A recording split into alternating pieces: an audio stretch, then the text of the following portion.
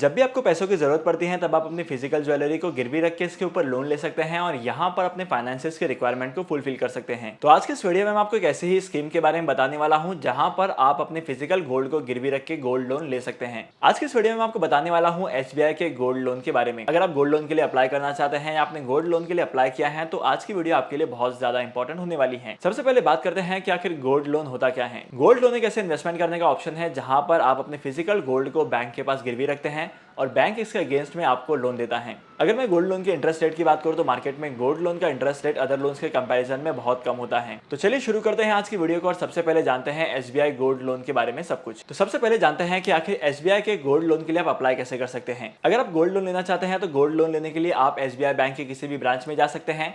इन SBI bank की branch में एक अलग से सेक्शन होता है जहां पर आपको गोल्ड लोन की फैसिलिटीज दी जाती हैं। अब जितना भी गोल्ड आपके पास होगा उतने ही अमाउंट का आपको लोन तो मिलने वाला नहीं है। यहाँ पर कुछ कैपिंग है जिसकी वजह से आपके लोन का अमाउंट थोड़ा सा कम हो जाता है। करंटली जब मैं वीडियो बना रहा हूँ तब यहाँ पर जो कैपिंग रेट है वो 25% की है। मतलब अगर आप SBI बैंक के पास 1 लाख रुपए का गोल्ड रखते हो तो यहाँ पर आपको 75,000 का ही लोन मिलेगा। बैंक आपको सिर्फ 75% तक का लोन ग्रांट करती है। इसके पीछे का रीजन क्या पता है? अगर आपने लोन के इंस्टॉलमेंट का अमाउंट पे नहीं किया टाइम पर और अगर आपने डिफॉल्ट कर दिया तो बैंक पैसे कहां से रिकवर करेगा। तो बैंक के पास यही एक ऑप्शन बचता है जहां से पैसे रिकवर कर सके। और ऑब्वियसली मैंने आपको बता दिया है कि गोल्ड लोन के ऊपर जो इंटरेस्ट लगता है मार्केट में अदर लोन्स के कंपैरिजन में बहुत ही कम होता है। लेकिन यहाँ पर भी एक समझने वाली बात है कि ये टाइम टू टाइम इसका रेट भी चेंज होते हैं, क्योंकि गोल्ड की प्राइस भी टाइम टू टाइम चेंज होती है तो गोल्ड लोन के रेट भी चेंज होते हैं। लेकिन हमेशा ही ये जो गोल्ड लोन है ये हर एक लोन के कंपैरिजन में कम इंटरेस्ट वाला होगा। अगर आप गोल्ड परचेज करके रख देते हैं आज और आज से 10 साल बाद देखेंगे तो गोल्ड की प्राइस की वैल्यू बढ़ेगी। लेकिन अगर आप गोल्ड लोन के लिए अप्लाई कर रहे हैं तो यहाँ पर आपको कौन कौन से चार्जेस पे करने पड़ेंगे इसके बारे में भी जान लेते हैं। सबसे पहली बात, अगर आप गोल्ड लोन के लिए अप्लाई करते हैं तो यहाँ पर आपके पास से प्रोसेसिंग फीस चार्ज की जाती है। ये प्रोसेसिंग फीस हो सकती है कम से कम 590 रुपीज की और ज्यादा से ज्यादा आपके 2000 रुपए तक की प्रोसेसिंग फीस हो सकती है। अब सेकंड इंपॉर्टेंट चीज ये है कि आप जिस गोल्ड के ऊपर लोन ले रहे हैं उस गोल्ड की प्योरिटी का चेक करना भी बहुत ज्यादा इंपॉर्टेंट हो जाता है। अब ऐसा भी हो सकता है कि बैंक के पास जो कस्टमर आया है वो गोल्ड की ज्वेलरी नहीं बल्कि बैंटेक्स की ज्वेलरी लेके आया हो, तो बैंक वाले आपके गोल्ड की प्योरिटी का चेक करेंगे और यहाँ पर गोल्ड ज्वेलरीज को वेरीफाई करने के लिए जितने भी चार्जेस पे करने पड़ते हैं वो सारे के सारे पे करने पड़ेंगे आपको ही। अगर आप अपने फिजिकल गोल्ड ज्वेलरीज के ऊपर लोन लेते हैं तो यहाँ पर बहुत सारी चीजें आपको ध्यान रखनी है। आपको आपके इंस्टॉलमेंट का पेमेंट टाइम पर करना है, नहीं तो गोल्ड लोन पर भी चार्जेस बहुत ज्यादा होते हैं। और अगर आप लोन के EMI का पेमेंट टाइम पर नहीं करते हैं तो यहाँ पर आपके सामने बहुत सारे कॉन्सिक्वेंसेस आ जाएंगे जिसकी वजह से आपके गोल्ड को विड्रॉ कर पाना आपके लिए बहुत ज्यादा मुश्किल हो जाएगा। लेकिन SBI बैंक में 3 तरीके की गोल्ड लोन की स्कीम है जहां पर आप इन्वेस्टमेंट कर सकते हैं और गोल्ड के अगेंस्ट में लोन ले सकते हैं। सबसे पहले लोन का नाम है EMI बेस्ड गोल्ड लोन। ये लोन आपको 3 साल यानी कि 36 मंथ्स के लिए प्रोवाइड किया जाता है और इस ऑप्शन में आपको लोन प्लस इंटरेस्ट का पेमेंट हर महीने करना पड़ेगा। और SBI बैंक की सेकंड स्कीम है लिक्विड गोल्ड लोन की। यहाँ पर आपको ये लोन 3 साल के लिए मिलता है यानी कि 36 मंथ्स के लिए मिलता है। लेकिन यहाँ पर आपको एक अच्छा सा ऑप्शन मिलता है जहां पर आपको हर महीने सिर्फ इंटरेस्ट का ही पेमेंट करना पड़ता है और बाकी का जो प्रिंसिपल अमाउंट है ये आपको एट द एंड पे करना पड़ेगा 3 साल के बाद। और यहाँ पर अगर कैपिंग की बात की जाए तो यहाँ पर कैपिंग 25% की है। मतलब अगर आपके गोल्ड के ज्वेलरी की वैल्यू 10 लाख रुपीज की होगी तब यहाँ पर आपको 7.5 लाख तक का ही लोन मिलेगा। अब तीसरा ऑप्शन जहां पर आप इन्वेस्टमेंट कर सकते हैं वो है बुलेट गोल्ड लोन। इस ऑप्शन में क्या होता है कि आप जितने अमाउंट का गोल्ड लोन ले रहे हैं उतने अमाउंट का और इसी के साथ साथ उसके प्रिंसिपल का पेमेंट भी आपके टेन्योर के खत्म होने के बाद में करना होता है। यहाँ पर आपको 3 साल के लिए लोन मिलता है तो चलो मान लेते हैं कि आपके 3 साल के लोन की वैलिडिटी खत्म हो चुकी है। मतलब 3 साल के खत्म होने के बाद आपको आपके लोन का रिपेमेंट करना है यानी कि आपको लोन का